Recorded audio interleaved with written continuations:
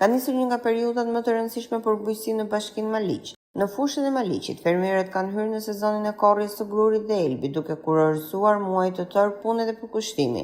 Vlerësimet e para në terren tregojnë një prodhim të kënaqshëm me rendimente mbi mesataren. Kushtet përgjithsisht të favorshme klimatike, puna e fermerëve dhe zbatimi i praktikave të mira bujqësore kanë ndikuar në një sezon të suksesshëm për kulturat e dritrave. Procesi i korrjes po zhvillohet normalisht dhe me ritme të mira, ndërsa mjetet bujqësore janë angazhuar në të gjithë sipërfaqen e fushës së Maliqit, me synimin që fushata të përfundojë brenda afateve.